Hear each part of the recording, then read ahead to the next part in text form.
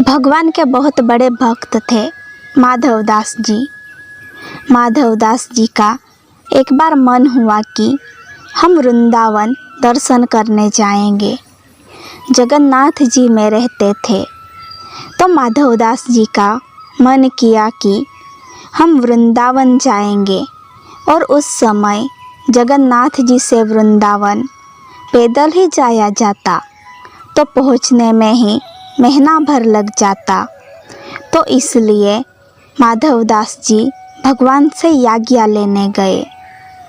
भगवान श्री जगन्नाथ जी को माधवदास जी अपना सखा मानते थे, दोस्त हैं।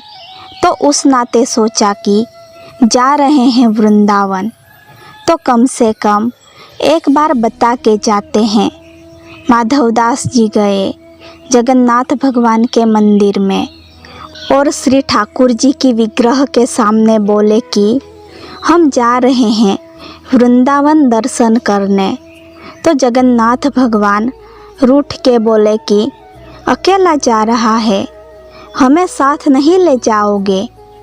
माधवदास जी बोले, तुम चले जाओगे तो यहाँ इतने लाखों लोग जो तुम्हारे दर्शन करने आते हैं, उसका क्या होगा।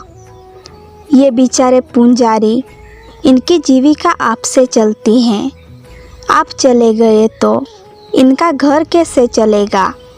आप यही विराजे ठीक हो, आप यही रहो, हम जा रहे हैं वृंदावन।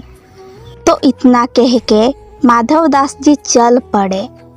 कहते हैं कि उस दिन पूरे दिन ठाकुर जी ने भोग ही नहीं आरोगा कि हमको छोड़ के चला गया।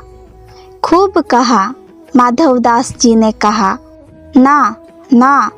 और वैसे भी आपके नियम तो इतने सारे, भगवान को अष्टयाम भोग लगता है, दिन में 8 बार। माधवदास जी ने कहा, तुमको संग ले गए तो हमारी भजन पूजा तो सब छूट जाएगी हमारी।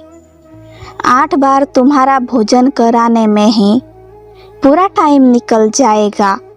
हम तो साधु बाबा जी हैं, ना भी मिला तो हम तो 1 दिन, 2 दिन, 3 दिन भी भूखे रह सकते हैं, पर तुम्हारे लिए तो तुम यही रहो।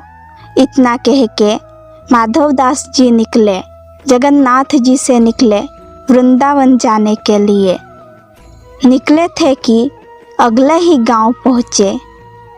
माधवदास जी को भूख लगने लगी। माधवदास जी बोले, अरे हम तो 3-3 दिन तक बिना आहार के रह पाते हैं, सहन कर पाते हैं। आज इतनी भूख लग रही है कि सहन नहीं हो रही। तो एक गांव में एक मैया के घर रुक गए। बोले, मैया बड़ी भूख लगी है, कुछ भोजन दे दो, भिक्षा दे दो। तो मैया थाली लाई। थाली लेके माधवदास जी के सामने रखा। माधवदास जी तुरंत खाने लगे। मैया बोली, अरे राम राम राम, बाबा तुम बड़े निर्दयी हो। बाबा ने पूछा, क्यों निर्दयी हूँ, भोजन ही तो कर रहा हूँ। तुम खुद तो बड़े मज़े से, बड़े आराम से खा रहे हो, और देखो ये नन्हा बालक भूखा बैठा है तुम्हारे साथ, इसको तुम पूछ भी नहीं रहे हो। बेचारे का मुंह देखो कैसा है, भूख के मारे। माधवदास जी बोले, बालक कहाँ है बालक, कैसा बालक। बोले, देखो ना तुम्हारे संग बैठा है, छोटा सा, सावला सा, सलोना सा। बस इतना उसने परिचय दिया, सावरे सलोने का। तो माधवदास जी समझ गए, ये टीका नहीं वहाँ, ये हमारे हृदय में, हमारे चित्त में बैठ के आ गया। इसलिए तो हम कह रहे हैं, हमको इतनी भूख कैसे लग रही है।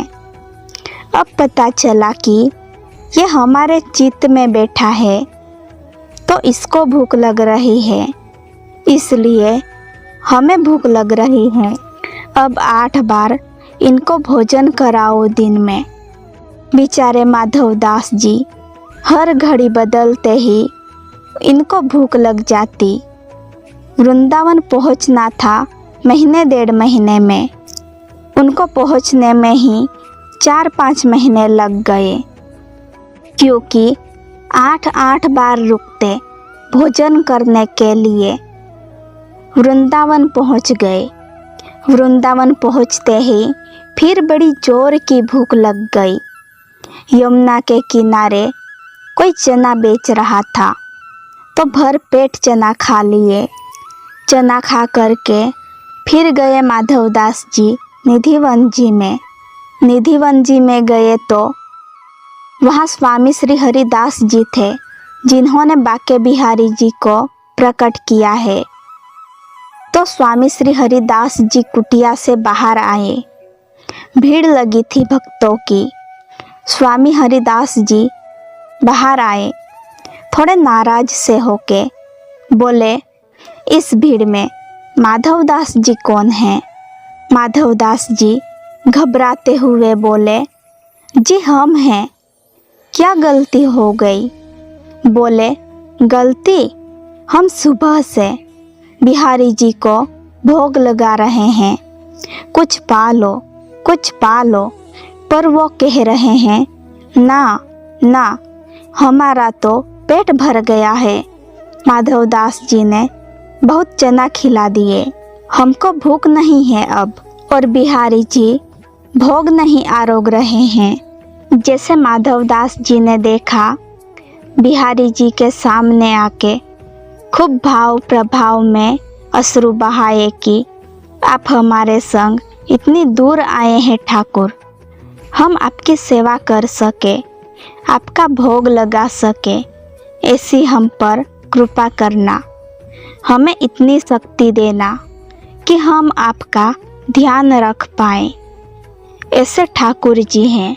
इसलिए बार बार शास्त्रों ने कहा, बार बार रसिक जनों ने कहा कि आपका भगवान, आपका ठाकुर, आपका प्रभु किसी और चीज़ का भूखा नहीं है। आपका प्रभु बस केवल और केवल प्रेम का भूखा है, भाव का भूखा है। दोस्तों, अगर वीडियो पसंद आई हो तो वीडियो को लाइक, शेयर और चैनल को सब्सक्राइब जरूर करें। फिर मिलते हैं अगली वीडियो में।